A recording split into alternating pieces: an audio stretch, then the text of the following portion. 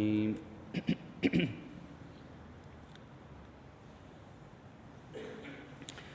فإذا جاءت الطامة الكبرى يوم يتذكر الإنسان ما سعى وبرزت الجحيم لمن يرى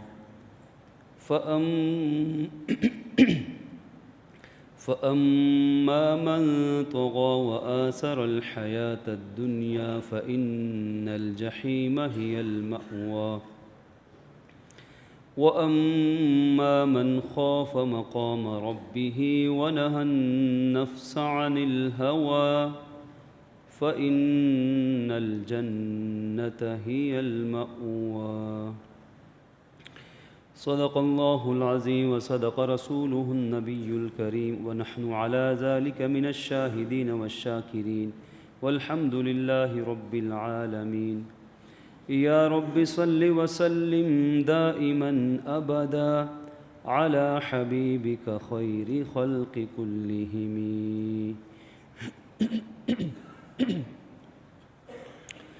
بزرگان ملت، برادران اسلام، میرے عزیز دوستوں، بزرگوں اور بھائیوں، اس ماہ مبارک کا تیسرا جمعۃ المبارک ہے اور آج 20واں روزہ ہے۔ آج نماز مغرب سے، اذان مغرب سے انشاءاللہ آخری عشرہ شروع ہوگا، جس کو حدیث مبارک میں جہنم سے آزادی کا عشرہ قرار دیا گیا ہے۔ جہنم سے آزادی، جہنم سے رہائی، سب سے بڑی کامیابی، سب سے بڑی دلی مراد، سب سے بڑا مقصد کہ انسان اس دنیا میں آیا، اللہ نے بھیجا، کامیاب ہو کر یہاں سے لوٹے اور جنت کا حقدار ٹھہرے، جہنم سے بچ جائے۔ ویسے تو پورا سال اللہ رب العزت انسانوں کو ہر لمحہ جنت میں بھیجنا چاہتے ہیں اور جہنم سے بچانا چاہتے ہیں، اسی لیے یہ سارا نظام اللہ نے بنایا ہے۔ انبیاء کو بھیجا، کتابیں اتاری، انسان کو صحیح عقل، صحیح دل عطا کیا، ضمیر بخشا۔ اگر انسان خود اپنے ضمیر کو قتل نہ کرے تو انسان کا ضمیر بھی سب سے بڑا داعی، سب سے بڑا مبلغ، سب سے بڑا خطیب۔ تو یہ سارا نظام اللہ نے اسی لیے فرمایا، اسی لیے بنایا کہ ما یفعل اللہ بعذابکم، اللہ تمہیں عذاب دے کر کیا کرے گا؟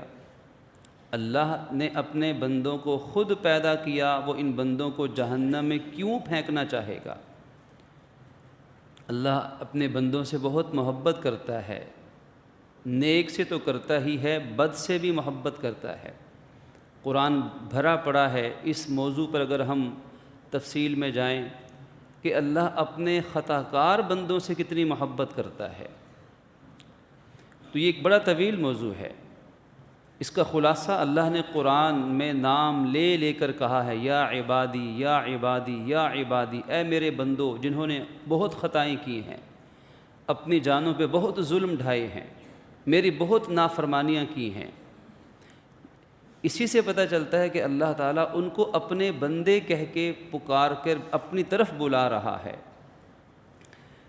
تو اس لیے وہ تو پورا سال انسانوں کو جہنم سے بچانا چاہتا ہے، بندے حقیقت میں اپنی غفلت کی وجہ سے بچنا نہیں چاہتے، یا جنت دوزخ پر ایمان ہی ٹھیک نہیں ہے، یا ایمان تو ہے لیکن بھولے ہوئے ہیں، سبق یاد نہیں ہے، اس لیے بندے پیچھے ہٹتے ہیں، جنت سے پیچھے ہٹتے ہیں، جہنم کے قریب جاتے ہیں۔ لیکن اللہ عز و جل کی مہربانی، اس کا احسان کہ اس نے پورے رمضان کو، خاص کر آخری عشرے کو، تو جہنم سے آزادی کا عنوان ہی دے دیا ہے کہ اب تو تم چاہ لو جہنم سے بچنا، اب تو تم آ جاؤ میری رحمت کی طرف، اب تو تم جنت کے شوقین بن جاؤ اور جہنم کا خوف دل میں بٹھاؤ، اب تو ہو جائے۔ کب ہوگا یہ وقت؟ کب آئے گا؟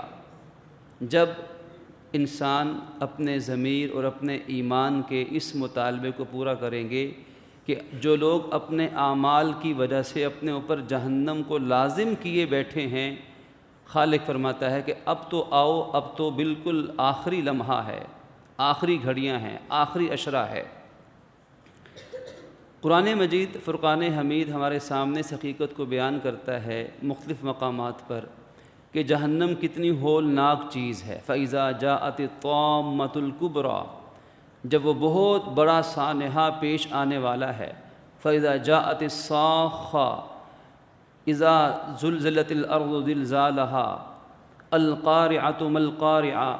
پورا قرآن اٹھائیے، خاص کر 30واں پارہ جو اکثر مسلمانوں کو صورتیں یاد بھی ہوتی ہیں، پڑھتے بھی ہیں، سب سے زیادہ ذکر جہنم ہی کا ہے، سب سے زیادہ ذکر آخرت کے حالات ہی کا ہے آخری پارے کے اندر۔ تو ہمیں ایک تو جہنم کو سمجھایا گیا کہ جہنم کتنی وحشتناک اور ہولناک چیز ہے۔ وہاں کی آگ ایسی سخت ہے کہ دنیا کی ساری آگ مل کر اس کے ایک انگارے کا مقابلہ نہیں کر سکتی۔ اس کے شعلے کئی میل تک لمبے شعلے ہیں۔ ایک حدیث کا مفہوم کہ جس شخص کو دنیا کی ساری نعمتیں اگر ایک شخص کو مل جائیں، جہنم کی ایک جھلک دیکھ لے تو دنیا کی ساری نعمتیں اور خوشیاں بھول جائے، ایسی ہولناک چیز۔ جنہوں نے دیکھا ان کا رونا بند نہیں ہوتا، ان کی ہچکی بند نہیں ہوتی۔ جنہیں جہنم کا منظر دکھایا گیا، اللہ ان کو بار بار قرآن میں تسلی دیتے ہیں، اے میرے حبیب، اے میرے نبی، اے میرے رسول، آپ بس کر دیجئے، صبر کیجئے، آپ تو ان کی فکر میں اپنے آپ کو ہلاکت میں ڈال دیں گے، آپ کی روح مبارک نکل جائے گی، آپ ایسے رو رہے ہیں کیونکہ آپ آنکھوں سے جنت بھی دیکھ کر آ چکے ہیں، جہنم بھی دیکھ کر آ چکے ہیں۔ تو وہ جہنم، وہ ہولناک مناظر قرآن ہمیں اس لیے بیان کرتا ہے تاکہ ہمارے دل میں اس سے بچنے کی فکر پیدا ہو۔ لیکن انسان کتنا بڑا بے فکرہ ہے کہ دنیا کے چھوٹے چھوٹے نقصان سے تو بچنے کی فکر کرتا ہے، لیکن جہنم سے بچنے کی فکر کوئی کرتا ہے۔ چلتا ہے نا تو قدم اٹھا کر چلتا ہے، دیکھ کر چلتا ہے، کہیں کوئی روڑا، کوئی لکڑی، کوئی پتھر، اس سے لڑک کے گر نہ جاؤں، اس قدم پر تو چلتے ہوئے گرنے سے بچتا ہے۔ لیکن انسان بڑا عجیب ہے، جہنم میں لڑک کر گرنے سے نہیں بچتا۔ اللہ کے نبی فرماتے ہیں کہ میری تمہاری مثال ایسے ہے جیسے تم جہنم کے آخری کنارے پہ کھڑے ہو اور اس جہنم میں گرنے ہی والے ہو، اور میں تمہاری کمر سے پکڑ کر ایک ایک کو جہنم کے کنارے سے پیچھے کھینچ رہا ہوں۔ تو یہ آخری عشرہ جہنم سے آزادی، اسی جہنم سے آزادی کا عشرہ ہے۔ لیکن یہ جہنم سے آزادی کس کو ملے گی؟ قرآن ہمارے سامنے اس کے مختلف طریقے بیان کرتا ہے۔ سب سے بنیادی چیز ایمان ہے۔ ایمان والا جہنم سے بچایا جائے گا، اور ایمان پر خاتمہ اللہ ہم سب کو نصیب فرمائے۔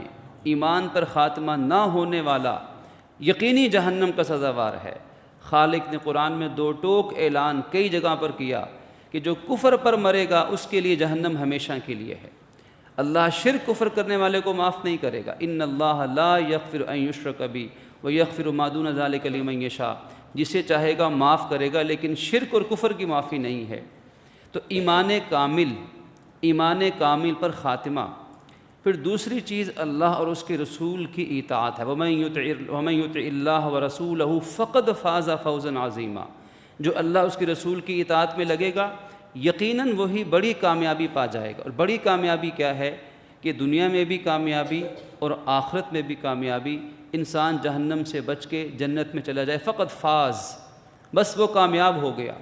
تو دوسرا طریقہ جہنم سے بچنے کا، جنت میں جانے کا، اللہ اور اس کے رسول کی اطاعت ہے۔ اطاعت کیا چیز ہے؟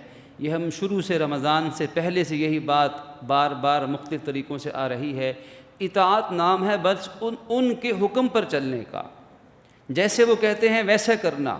وہ کہتے ہیں کھاؤ تو کھا لیں گے، وہ کہتے ہیں مت کھاؤ تو نہیں کھائیں گے، وہ کہیں گے سجدہ کرو تو کریں گے، وہ کہیں گے سجدہ مت کرو تو نہیں کریں گے۔ بس اپنے نفس کو چھوڑ کر ان کے حکم کے تابع ہو جانا۔ یہی جو آیات سورہ نازعات کی آخری ابھی آپ کے سامنے پڑھی گئی، اس میں یہی تو فرمایا گیا کہ یوم یتذکر الانسان ما سعی، کہ جس دن انسان نصیحت پکڑے گا، سمجھے گا، ریئلائز کرے گا ان تمام کاموں کو جو دنیا میں وہ کر کے آیا ہے، ما سعی کہ اس نے کیا کوشش کی دنیا میں، دنیا کن کوششوں میں اس نے زندگی گزاری ہے، یہ میں اور آپ اس کا محاسبہ کریں۔ آخری عشرے کے شروع ہونے سے پہلے ہم اپنا محاسبہ کر لیں کہ اب تک ہماری زندگی کی بڑی ایفرٹس کیا ہیں، بڑی اچیومنٹس کیا ہیں، بڑے اہداف کیا ہیں جن کی خاطر اب تک ہم نے زندگی کا اکثر وقت گزارا ہے۔ اپنے دل میں انسان جھانک کر دیکھے کہ میری سب سے بڑی دل میں خواہش کیا ہے، میرے دماغ میں سب سے بڑی فکر کیا ہے، تو فوراً فیصلہ ہو جائے گا۔ روز قیامت اگر اس حال میں جائیں گے تو پھر ما سعی کا مطلب ہے جو دنیا میں جو فکریں کیں، جو کوششیں کیں، وہاں جا کے پتہ چلے گا کہ ہماری کوشش اور فکر ٹھیک تھی یا نہیں تھی۔ تو اللہ تعالیٰ ہمیں ابھی سمجھا رہے ہیں کہ ابھی فکر کرو، وَلْتَنْظُرْ نَفْسٌ مَا قَدَّمَتْ لِغَدٍ، بس قیامت تو کل آنے والی ہے، یہ دور نہیں ہے کہ حضرت عیسیٰ آئیں گے، 40 سال گزاریں گے، ابھی تو صدی پڑی ہے۔ مَن مَاتَ فَقَدْ قَامَتْ قِیَامَتُهُ، جو مرا اس کی قیامت اسی وقت آ گئی۔ تو ابھی لمحہ ہے، اگلے ہی لمحے کیا ہو کسی کو خبر نہیں ہے۔ تو اپنی سعی کو، اپنی زندگی کی کاوشوں کو ابھی سے ہمیں درست سمت میں لانا ہوگا۔ پھر فرمایا کہ اس دن جہنم کو سامنے لا کھڑا کیا جائے گا، جہنم ظاہر ہو جائے گی۔ پھر فرمایا فَأَمَّا مَن، جو شخص اپنے نفس کو قابو میں رکھے گا اور اپنے نفس کی خواہشات کو اللہ رسول کے احکامات کے تابع کرے گا، فَإِنَّ الْجَنَّةَ هِيَ الْمَأْوَىٰ، اس کا ٹھکانہ جہنم ہوگا۔ اور جس نے اپنے نفس کی خواہشات میں زندگی گزار دی ہوگی اس کا ٹھکانہ جہنم ہوگا۔ تو تیسرا اور آخری طریقہ جو کہ بڑا آسان، بڑا اہم، بڑا جامع رمضان اور روزے کی مناسبت سے جڑا ہوا، وہ ہے اپنے خواہشات نفس پر قابو پانا۔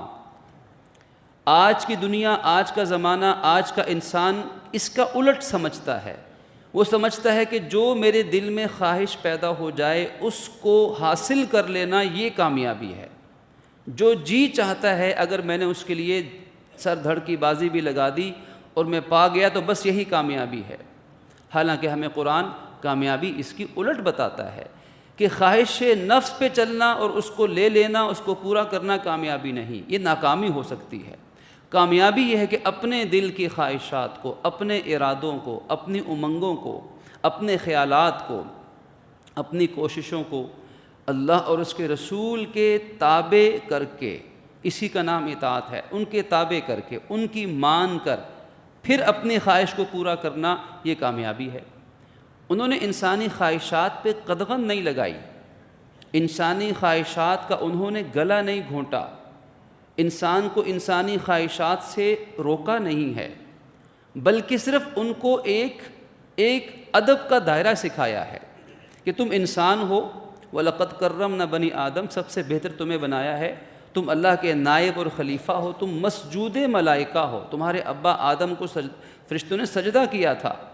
اللہ نے اپنے سب سے محبوب بندے انبیاء کرام انسانوں میں سے ہی ہم نے پیدا، الا رجال، سب مرد تھے، انسانوں میں سے ہم نے تمہیں میں سے بھیجے تھے، تم سب سے اعلیٰ اللہ کے مخلوق اور بندے ہو، اس لیے اپنے شایان شان زندگی گزارو، اپنی خواہشات کو اپنے رتبے کے مطابق پورا کرو۔ خواہشات سے روکا نہیں ہے، نہ کھانے سے، نہ پینے سے، نہ نفسانی خواہشات سے، نہ گھر بنانے سے، نہ کمانے سے۔ جو جائز خواہش دل میں آ سکتی ہے، اسلام، ہماری شریعت، ہمارا دین ان تمام خواہشات کو پورا کرنے کی نہ صرف اجازت دیتا ہے بلکہ اس کا بہترین طریقہ بتاتا ہے۔ بہترین طریقہ اپنی جائز خواہشات کو، کھانا پینا، سونا جاگنا، اپنا کیریئر، اپنا گھر، بیوی بچے، عزت خوشی، جو انسان چاہتا ہے، جائز خواہشات، انسانی رتبے کے شایان شان، اگر اس کو سب سے اعلیٰ انسانی معیار پر پورا کرنا ہو، اس کا طریقہ ہے اسوہ رسول اکرم صلی اللہ علیہ وسلم کے مطابق چلنا۔ سب سے اعلیٰ زندگی کا ہر طریقہ آپ کی سیرت طیبہ سے ہمیں معلوم ہو سکتا ہے۔ تو اب صرف مسئلہ یہ ہے، ساری بات کا حاصل یہ نکلتا ہے کہ اب جائز خواہشات بہت اچھی ہیں، لیکن ان کو پورا کرنے کا طریقہ کار کیا ہوگا، ان کا سٹرکچر کیا ہوگا، ان کا لے آؤٹ کیا ہوگا، وہ ہوگا جو اللہ کے نبی نے جیسے ہمیں فرمایا، اسی کا نام اطاعت ہے۔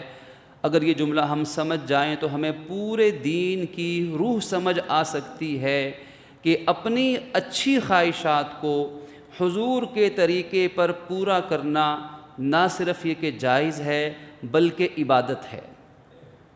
خواہشات پوری ہوں گی، پہلا فائدہ۔ دوسرا فائدہ، جنت کا راستہ آسان ہو جائے گا۔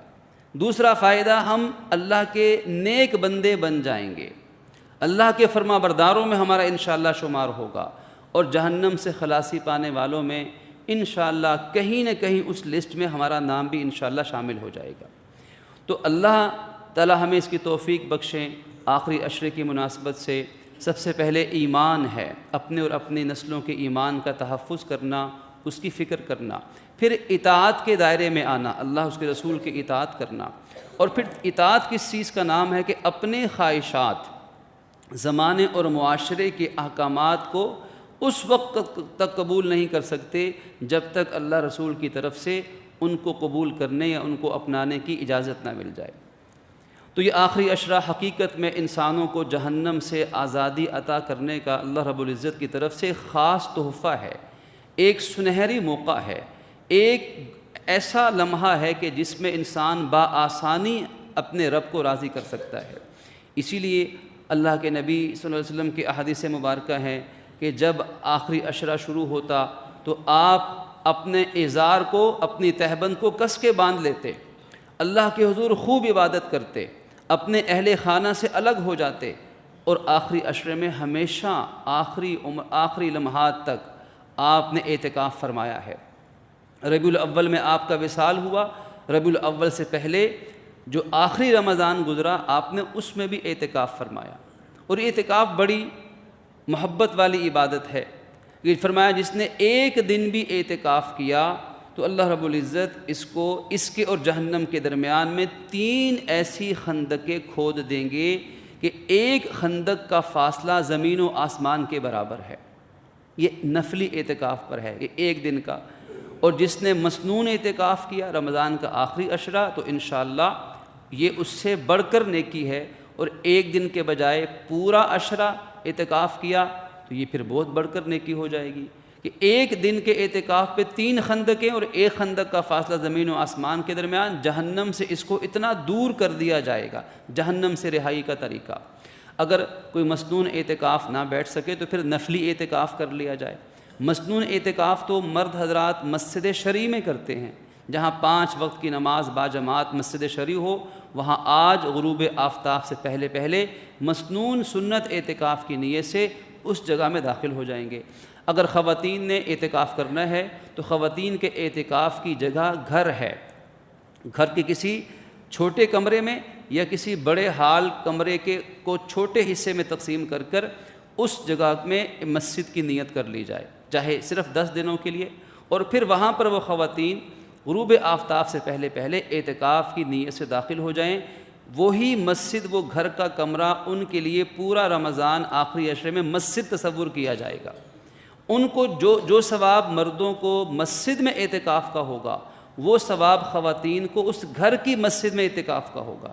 اگر وہاں پورا اعتکاف کر سکیں فبیہا، بہت اچھی بات، لیکن اگر پورے 10 دن اعتکاف نہ ہو سکے تو پھر جیسے مرد مسجد میں نفل اعتکاف کی نیت سے داخل ہوں تو جب تک مسجد میں رہیں نفل اعتکاف کا ثواب ملے گا، ایسے ہی خواتین اس گھر کے حصے میں اعتکاف کی نیت سے داخل ہوں گی تو جب تک وہاں رہیں گی نفلی اعتکاف کا ثواب ملتا رہے گا۔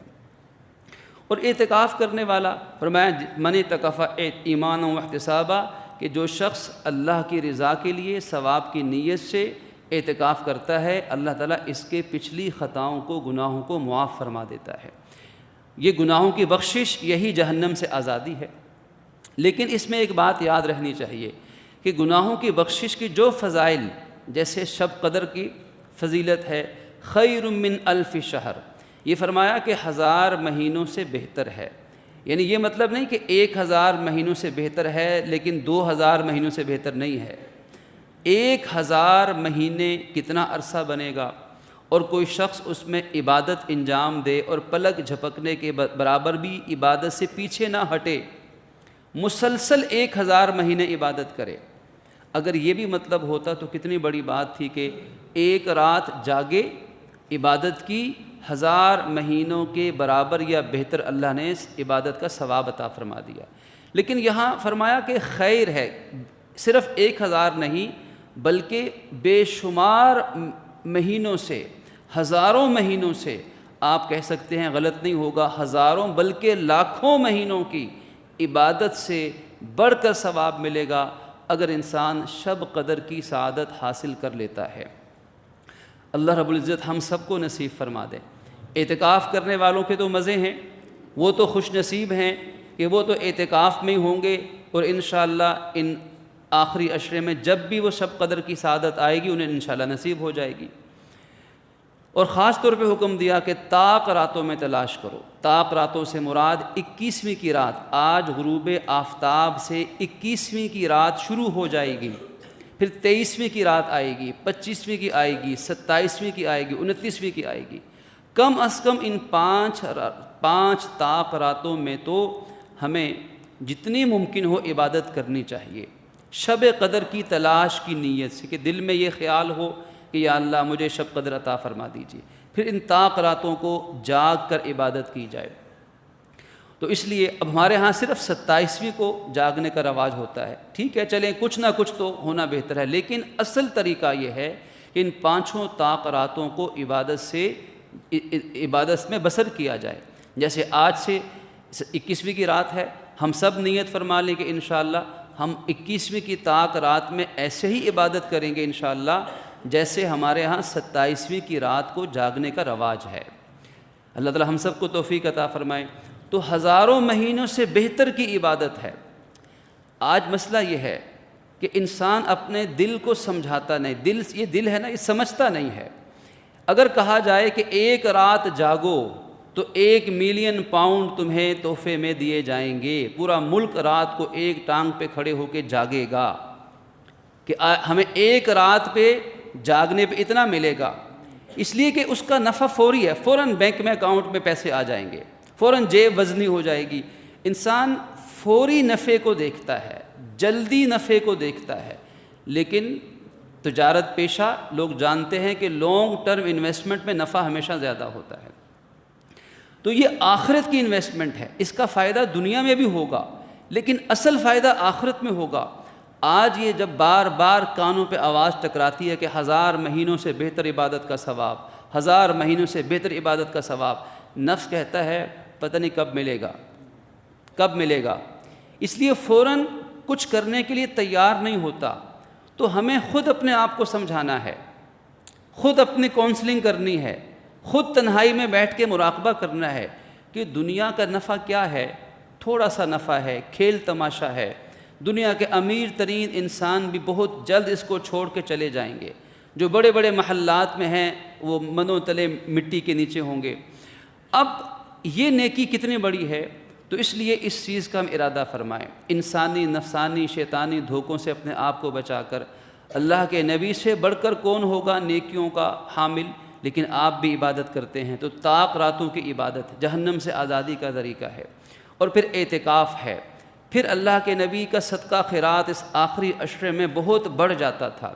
لوگوں کے ساتھ حسن سلوک ہے، حسن معاشرت ہے، حقوق العباد کی ادائیگی ہے۔ تو یہ عرض کر رہا تھا کہ جو گناہوں کی معافی ہے، کہ شب قدر میں گناہوں کی معافی، اعتکاف سے گناہوں کی معافی، روزے سے گناہوں کی معافی، اس معافی کا مطلب یہ نہیں ہے کہ پھر اس کے بعد انسان جو چاہے کرے سب کچھ معاف ہو جائے گا، یا بندوں کے حقوق بھی غصب کرے تو وہ بھی معاف ہو جائیں گے، ایسا نہیں۔ معافی کا مطلب یہ ہے اگر نمازیں چھوٹی ہیں تو قضا بھی کرنی پڑیں گی، اللہ معاف فرما دے گا۔ حج ابھی تک فرض نہیں کیا، لٹکایا ہوا ہے، اس کو پینڈنگ پہ رکھا ہے، حج کریں گے انشاءاللہ وہ ادا ہو جائے۔ زکوٰۃ رہتی ہے کئی سالوں کی، ادا کرنی ہوگی۔ روزے ابھی رہتے ہیں، فرض تھے چھوٹ گئے، ان کی قضا کرنی ہوگی۔ یہ نہیں کہ توبہ کی تو پچھلی قضا نمازیں ابھی رہتی ہوں گی، یہ روزے ہیں سب کچھ معاف، وہ معاف نہیں ہوگا، اللہ اس کی توفیق دے گا ادا کرنے کی، لیکن کوشش انسان کو کرنی۔ اسی طریقے سے آخری اہم بات کہ بندوں کے حقوق میں جہاں حق تلفی ہوئی ہوگی ان حقوق کو ادا کرنے کی کوشش بھی کرنی پڑے گی۔ ایسا نہیں کہ بس اپنی توبہ کرنے کے بعد بندوں کے حقوق سارے معاف، ان کی معافی یا تلافی کی صورت بنانی ہوگی، اس کی فکر کرنی ہوگی۔ اگر بندوں کے حقوق ادا نہ کیے جائیں، اس کی معافی تلافی کی صورت نہ نکالی جائے، تو یہ جملہ ہم اپنے ذہن نشین فرما لیں کہ دنیا کی کوئی عبادت ان گناہوں کو معاف نہیں کروا سکتی، نہ حج، جیسے حدیث مبارک میں آیا ہے، حج بھی معاف نہیں، حج سے قرضہ معاف نہیں ہوگا۔ جو لوگ کسی سے قرض لیا اور واپس ادا نہیں کرتا، حالانکہ کرنے کی صلاحیت ہے، وہ حج سے معاف نہیں ہوگا، چاہے 100 سال حج کرے۔ جہاد سے معاف نہیں ہوگا، حتیٰ کہ اگر اللہ کی راہ میں لڑتے لڑتے شہید بھی ہو جائے تو شہادت سے بھی وہ قرض معاف نہیں ہوگا جو کسی سے لیا اور ادا کرنے کی سخت طاقت کے باوجود ادا نہیں کیا۔ تو اس لیے عبادات کا مطلب یہ ہے معافی کا کہ اللہ تعالیٰ اس کو معافی کی توفیق دے رہے ہیں، اب اس نے کوشش کرنی ہے۔ اور کچھ گناہ تو ایسے ہیں جو اللہ تعالیٰ بغیر توبہ کے کبھی معاف فرماتے ہیں۔